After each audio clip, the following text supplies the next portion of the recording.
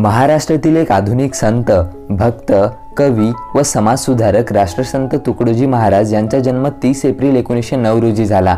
त्यांचे पूर्ण नाव माणिक बंडोजी इंगळे असे होते। जातीभेद आणि अंधश्रद्धा निर्मूलनासाठी त्यांनी भजनांचा आणि कीर्तनाचा प्रभावीपणे वापर केला। महाराष्ट्रातच नव्हे तर देशभरात आणि जपानसारख्या देशात जाऊन त्यांनी सर्वांना विश्वबंधुत्वाचा संदेश दिला। 1942च्या भारत छोडो आंदोलनादरम्यान त्यांना अटक झाली होती। देशाच्या स्वातंत्र्य लढ्यात त्यांनी सहभाग घेतला होता। तुकडोजी महाराजांची क्रियाशीलता आणि वैचारिकता एवढी प्रभावशाली होती की त्यावेळचे राष्ट्रपती डॉक्टर राजेंद्र प्रसाद यांनी त्यांना राष्ट्रसंत या उपाधीने सन्मानित केले होते। भारत हा खेड्यांचा देश आहे हे लक्षात घेऊन ग्रामविकास झाला की राष्ट्राचा विकास होईल अशी त्यांची श्रद्धा व विचारसरणी होती। देवभोळेपणा, जुनाट, कालबाह्य अंधश्रद्धा नाहीशा व्हाव्या यासाठी त्यांनी अविरत प्रयत्न केले। केवळ 4थी शिकलेल्या राष्ट्रसंतांनी सुमारे 50 ग्रंथांची निर्मिती केली। ग्रामगीता हा त्यांचा ग्रामविकासावरील ग्रंथ प्रसिद्ध आहे। तन मन धनाने त्यांनी समाजाची व राष्ट्राची सेवा केली। या महान संताचे 11 ऑक्टोबर 1968 रोजी निधन झाले।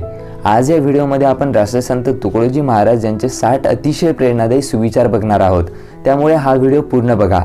चला तर मग व्हिडिओ सुरू करूया।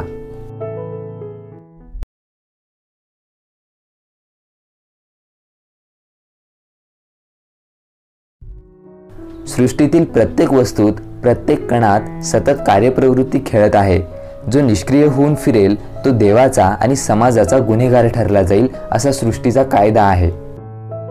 एकांत हा माणसाच्या विचाराला पुष्टी देणारा, भावी परिस्थितीचे स्वप्न दाखविणारा असतो। माणूस जन्माला येणे आणि माणूस बनणे या दोन गोष्टी अत्यंत भिन्न आहेत।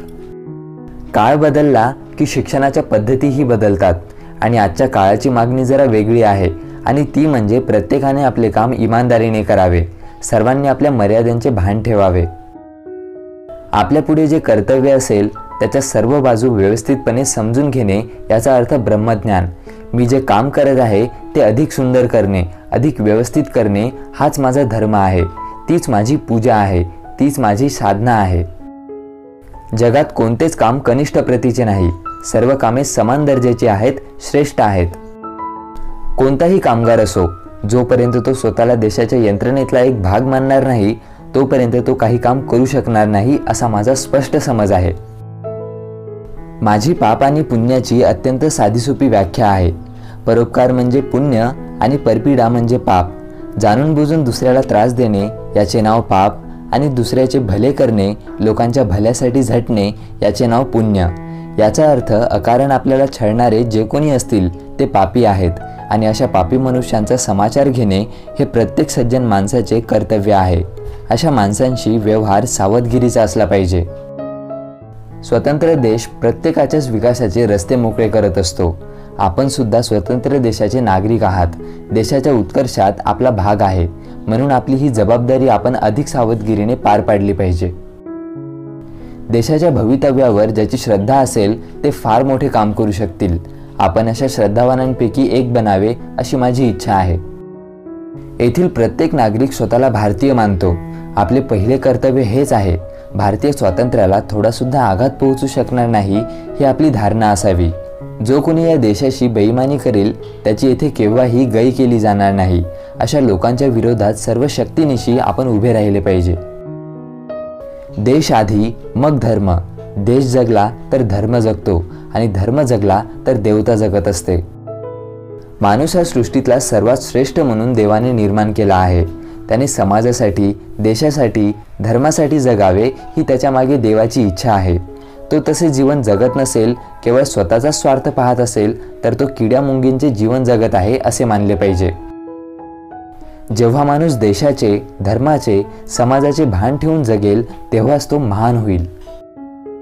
मी देवतांना केवळ पूजेची स्थाने मानत नाही, त्यांच्यापासून माणसाला अन्यायाविरुद्ध लढण्याचे सामर्थ्य मिळाले म्हणून त्यांचे मला महत्त्व आहे।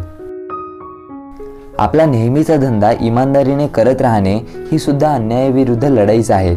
आज प्रत्येक क्षेत्रातला प्रामाणिकपणा कमी झाला आहे। देश ताठ उभा राहत असतो माणसाच्या प्रामाणिकपणावर, वीरतेवर, म्हणून आपण प्रामाणिकपणाची, वीरतेची आराधना केली पाहिजे। सैनिक रणांगणावर प्रामाणिकपणाने लढतील, शेतकरी प्रामाणिकपणाने शेतातून पीक काढतील, कामगार कारखाने चालवतील, साधू पंडित लोकात जागृती निर्माण करतील. सर्वांच्या प्रयत्नांची देशाला गरज आहे. ही वृत्ती म्हणजेच देशभक्ती. सावता माळी हा शेतीद्वारे देवाची पूजा करत होता. गोरा कुंभार मडकी घडून विठ्ठलाला प्रसन्न करत होता. याचा अर्थ आपले काम इमानदारीने करणे हीच खरी देवपूजा होय. जीवनातले प्रत्येक क्षेत्र हे रणांगण आहे. या क्षेत्रात विजय मिळवण्यासाठी जे धडपडतात ते वीर आहेत आणि जे या विजयाच्या आड येतात ते आपले शत्रू आहेत. आक्रमणाचा प्रतिकार हिंसात्मक मार्गांनी केला तर ती हिंसा होऊ शकत नाही. हिंसेचा संबंध वृत्तीशी आहे. आमचा प्रत्येक जवान हा अर्जुनासारखा शस्त्रविद्या पारंगत आणि विवेकशील वीर असेल आणि देशाचे, धर्माचे, नीतीचे रक्षण करणे ही त्याची जबाबदारी असेल. जोपर्यंत माणसाच्या मनात प्रेमाबरोबर द्वेष आहे तोपर्यंत युद्ध अपरिहार्य आहे असा माझा समज आहे. शूरांची शूरता ही उत्तम शस्त्रास्त्रावर अवलंबून असते. शत्रूंनी तोफा आणि रणगाडे घेऊन आमच्यावर आक्रमण करावे आणि आम्ही हातात खलबत्ते घेऊन त्यांचा प्रतिकार करावा असे कोणी म्हणेल तर ते हास्यास्पद आणि अतिरेकीपणाचे होईल. आक्रमणात क्रूरता असते परंतु प्रतिकारात शूरता असते. धर्मयुद्ध म्हणजे धर्माचे धर्माशी युद्ध नसून धर्माचे अधर्माशी युद्ध आहे. भारतीयता हा आपला पहिला धर्म आहे. भारतावर जर कोणते संकट आले तर आम्ही सर्व मिळून त्याचा प्रतिकार करू हा आपला पहिला धर्म आहे. धर्म म्हणजे समाजाला सुसंघटित ठेवणारी विचारधारा. ज्या विचारामुळे समाजाची धारणा होते त्या विचारांना धर्म असे नाव आहे. मिळालेल्या धनावर मनसोक्त चैन भोगून दुसऱ्याकडे लक्षच न देण्या इतका नीचपणा पशुपक्षी व कीटकांमध्येही नाही. स्वतःच्या पायावर उभा राहून आपल्या बुद्धिशक्तीने समाजात पुढे पाऊल टाकणारा पुरुष विद्वत्तेच्या दृष्टीने कमी वाटत असला तरी त्याचे ज्ञान अनुभविक असल्यामुळे थोर व बहुमोल आहे. श्रेष्ठ पुरुषांच्या आश्रयास राहून कितीही विद्वत्ता संपादन केली असली तरी जो स्वतःच्या पायावर उभा राहू शकत नाही त्याची ती विद्या कुचकामाची समजावी. आपले अंतःकरण सर्वांकरिता मोकळे ठेवण्या इतका मोठेपणा फारच थोड्या लोकात मिळत असतो. नीच विचाराने जगण्यापेक्षा सुशीलतेने मरणे हे अधिक मौल्यवान असते. लोकांचे काम न करता फुकट खाणाऱ्या इज्जतदार आयतोबापेक्षा मालकाचा दरवाजा इमानदारीने राखणारा कुत्रा अधिक प्रिय वाटतो. अगोदर तर्काचे डोंगर उठवीत बसण्यापेक्षा आलेल्या प्रसंगाचा विचार करून पुढे चालणारे लोकच खंबीर असतात. देश हा नागरिकांच्या संख्येवर मोठा गणला जात नसून त्यातील थोर व नीतिज्ञ लोकांवर मूल्यवान ठरला जात असतो. ज्याप्रमाणे तरुणावर त्याच्या मातेपितेची सत्ता असते त्यापेक्षाही लाखो पटीने अधिक त्याच्या देशाची सत्ता त्याच्यावर असते. भीतीने काळे तोंड घेऊन अंधारात लपून बसणाऱ्यापेक्षा उजेडात लोकहिताकरिता मरणारा तरुण खरा अमर असतो. जगाचे सुखदुःखात्मक आघात ज्ञानीपुरुषांवरही संभवत असतात पण तो त्यात आसक्त होत नाही. तो आपल्या जाणीवेने सर्वांचे निरसन करून लवकरच मोकळा होत असतो. तो मनुष्य तत्वहीन आहे जो स्वतः भोजन करून आणि शेजारच्या मनुष्याला उपवाशी पाहूनही काही देत नाही. दुसऱ्याच्या अडलेल्या कामाकरिता घरात वस्तू असूनही नाकारू नका म्हणजे तुमच्याकरिताही लोक धावून येऊन तुमच्या अडचणी दूर करतील. जी गोष्ट तुम्ही तुमच्याकरिता उत्तम समजता तीच गोष्ट दुसऱ्याकरिताही तेवढीच उत्तम समजून मदत करा. काहीतरी उद्योगकला शिकल्याशिवाय जिवंत राहणे म्हणजे भूमीला भार होणेच आहे. ज्यांना धन, मान, वैभव, संप्रदाय इत्यादी गोष्टी अत्यंत आवडत असतील त्यांच्याकरिता समाजसेवकाच्या आणि ईश्वर भक्तांच्या सभेत कोठेही स्थान नाही. आपले दोष दुसऱ्याला सांगण्याएवढी जरी हिंमत नसली तरी ते दोष आहेत असा भाव मनात जागृत असू द्या म्हणजे दुरुस्त व्हालच. लोकांकडून नेहमी सन्मान घेऊ इच्छिणारी माणसे ऐन प्रसंगी अपमानास पात्र होतात. यासाठी आपला उगीच मान व्हावा असे चिंतू नका आणि सर्वांशी समान भावनेने वागा. तेच लोक सज्जन असतात ज्यांना उत्तम कामाविषयी आनंद आणि वाईट कामाचे दुःख होते. जे लोक आपत्तीला तोंड देण्याची हिंमत ठेवत नाहीत ते भक्ती करूनही मरणाला जिंकू शकत नाहीत. जे मरणाला जिंकू शकत नाहीत ते पुरुष ईश्वराचे भक्त होऊच शकत नाहीत. मनुष्याने आपल्या विवेकबुद्धीला आणि ईश्वराला नेहमी घाबरले पाहिजे परंतु अन्याय आणि दुष्टतेला कधीही न घाबरता हाकलून दिले पाहिजे. प्रसंगी मार खाऊनही आपली सत्यनिष्ठा व धैर्य न सोडणे याला मार देणाऱ्यापेक्षाही जास्त धाडस ठेवावे लागते. म्हणूनच हिंसेपेक्षा अहिंसेची किंमत अधिक मानली जाते. मरणास भिवून रडत बसण्यापेक्षा मरणे अमर कसे होईल याची चिंता करणे बरे असते. गाव म्हणजे देवाचे मंदिर आहे. मानव हा सुंदर देवमूर्ती आहे. सर्वांची समान सेवा करणे हीच आमची पूजा आहे. पक्ष्यांच्या भरारीपेक्षा मनुष्याच्या मानसिक भरारीत अधिक सामर्थ्य असते, पण तपहीन मनुष्याची काल्पनिक भरारी पक्षापेक्षा हीन असते.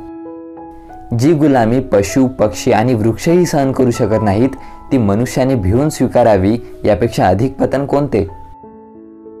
जो पुरुष उद्योगाला केवळ पोट भरण्याचे स्वरूप देतो तो बंधनात पडतो, आणि जो आपल्या उद्योगाला राष्ट्राच्या संपत्तीचे स्वरूप देतो तो उद्योगानेही मोक्षगामी होत असतो.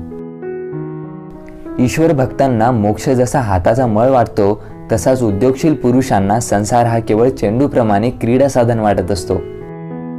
जो दुसऱ्याची करुण हाक ऐकू शकतो त्यालाच ईश्वराचा आवाज ओळखता येतो. आपल्या राष्ट्राचा स्तुत्य, न्याय व सक्रिय अभिमान असणे म्हणजे देवासमोर कर्तव्याने चमकणेच होय. या जगात अत्यंत नरम किंवा कोमल वस्तू जर कोणती असेल तर ती सज्जनाचे अंतःकरण, तसेच अत्यंत कठीण, कशानेही न दुभंगणारे असे जर काही असेल तर तेही सज्जनाचे अंतःकरणच होय. अंगाने पोटाकरिता कष्ट करून भक्ती करण्याऐवजी लोकांवर आपले ओझे घालून भक्ती करीत राहणे म्हणजे उपकाराऐवजी देवावर अपकारच करणे आहे असे मला वाटते. तर मित्रांनो, राष्ट्रसंत तुकडोजी महाराजांचे हे विचार तुम्हाला कसे वाटले ते कॉमेंटमध्ये नक्की कळवा. व्हिडिओला लाईक करा, सर्वांसोबत शेअर करा आणि अशाच प्रेरणादायी व्हिडिओसाठी स्टे इन्स्पायर्ड मराठीला सबस्क्राईब करा. Stay motivated, stay inspired.